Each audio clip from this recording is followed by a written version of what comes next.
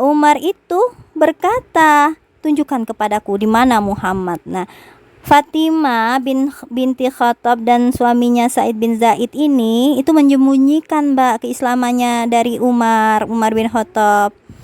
Namun akhirnya tahu saat Fatimah mengucapkan salah satu bacaan Al-Quran. Umar bin Khattab itu mau marah. Akhirnya dia berkata setelah mendengarkan suara adiknya tadi, tunjukkan kepadaku di mana Muhammad. Dan ketika Khabbab mendengar ucapan Umar itu, ia pun segera keluar dari tempat persembunyiannya. Dia berkata, wahai Umar, demi Allah saya berharap kiranya kamulah yang dipilih oleh Allah dengan memperkenankan permohonan Nabi, karena kemarin saya dengar Rasulullah memohon. Nah, Rasulullah ini memohon. Inilah permohonan Rasulullah. Ya Allah, kuatkanlah agama Islam dengan salah seorang di antara dua lelaki yang engkau sukai, Abu Hakam bin Hisham atau Umar bin Khattab. Nah, jadi dua Umar ini, Abul Hakam nih Umar apa? Ya, satu lagi Umar bin Khattab. Nah, Umar bin Khattab ini ya, karena Rasulullah inginnya nanti barisan Islam itu dikuatkan oleh Umar karena karisma Umar ya pada masa jahiliyah. Umar pun segera menyahut, di mana saya dapat menemuinya sekarang ini, hai Khabbab. Khabbab yang ngomongi itu tadi, yang mengucapkan hadis tadi ya, di sofa, ujar Khabbab, yaitu di rumah Arqam bin Abil Arqam. Maka pergilah Umar mendapatkan keuntungan yang tak terkira, menemui awal nasibnya yang bahagia. Khabbab ibnul Arad menyertai Rasulullah dalam setiap peperangan dan pertempuran, dan selama hidupnya ia tetap membela dengan keimanan dan keyakinan. Dan ketika Baitul Mal melimpah ruah dengan harta kekayaan di masa Umar dan Utsman, maka Khabbab mendapatkan gaji yang besar ya. Sebenarnya cukup untuk membangun sebuah rumah di Kufah. Harta kekayaannya disimpan pada suatu tempat di rumah itu yang dikenal oleh para sahabat dan tamu-tamunya jika memerlukan. Nah, jadi tamu-tamu sahabatnya jika perlu dengan hartanya boleh mengambil dari tempat itu. Walaupun demikian, Khabbab tidak pernah tidur nyenyak dan tidak pernah air matanya kering setiap teringat akan Rasulullah dan para sahabatnya yang setelah membaktikan hidupnya kepada Allah ya.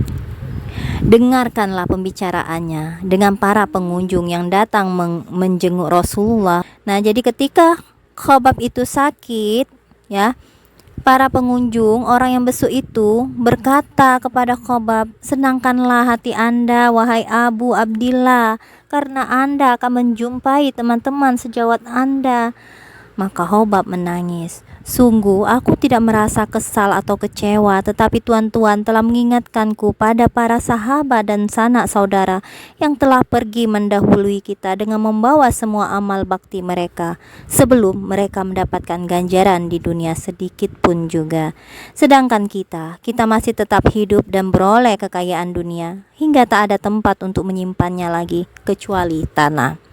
Lalu ditunjuknya rumah sederhana yang telah dibangunnya, dan ditunjuknya pula tempat untuk menaruh hartanya, dan berkata, demi Allah, tak pernah saya menutupnya walau dengan sehelai benang, dan tak pernah saya halangi terhadap orang yang memintanya. Jadi rumah itu dan tempat itu boleh saja, semua orang tuh boleh masuk dan datang mengambil ya. Ini kalau perlu bilang kayak gitu. Dan setelah itu ia menoleh kepada kain kafan yang telah disediakan orang untuknya. Maka ketika dilihatnya mewah dan berlebihan kain kafan tadi ya, dia menangis. Lihatlah, ini kain kafanku. Bukankah kain kafan Hamzah pamannya Rasulullah ketika gugur sebagai seorang syuhada? Hanyalah burda berwarna abu-abu, yang jika ditutupkan kepalanya terbukalah kedua ujung kakinya, dan sebaliknya jika ditutupkan ke ujung kakinya maka terbukalah kepalanya. Dia tidak mau seperti itu, maksudnya dikasih kain kafan yang paling bagus ya. Dia merasa merasa sedih. Kenapa Sedangkan pamannya Rasulullah sekelas Hamzah bin Abdul Muthalib itu memiliki kain kafan yang hanya burda saja yang pendek kayak gitu. Nah, jadi dia sedih ya. Khobab berpulang pada tahun 37 Hijriah ya. Semasa jahiliyah ia sebagai ahli pedang ya. Dan semasa dia menjadi Islam, dia menjadi guru besar.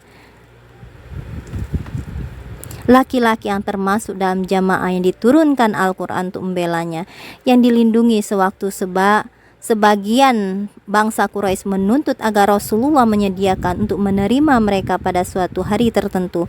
Sedang bagi orang-orang miskin seperti Khubaib dan Bilal suatu hari tertentu pula. Kiranya Al-Quran merangkul laki-laki hamba Allah dengan penuh kemuliaan dan kehormatan ya. Ini dalam Quran surat Al-An'am 52-54. Janganlah engkau mengusir orang-orang yang menyeru Tuhanmu sepanjang pagi dan petang. Mereka itu mengharap ridhonya. Engkau sedikit pun tidak meminta pertanggungjawaban yang menjadi perhitungan bagi mereka. Begitu pula perhitungan bagimu tidak akan diminta tanggung jawab mereka sedikit pun.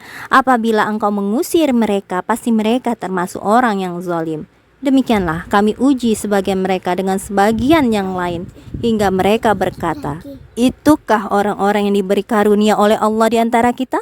Allah berfirman, tidakkah Allah lebih mengetahui orang-orang yang bersyukur? Dan jika datang kepadamu orang yang beriman kepada kami, pada ayat-ayat kami, ucapkanlah kepada mereka, selamat bahagia bagi kalian, Tuhan kalian telah mewajibkan dirinya rasa kasih sayang. Nah, setelah turun ayat ini, Rasulullah pun amat memuliakan Khobab, Bilal ya, yang disiksa tadi, lalu bersabda, selamat datang orang-orang yang diriku diberikan wasiat oleh Allah untuk memperhatikan mereka.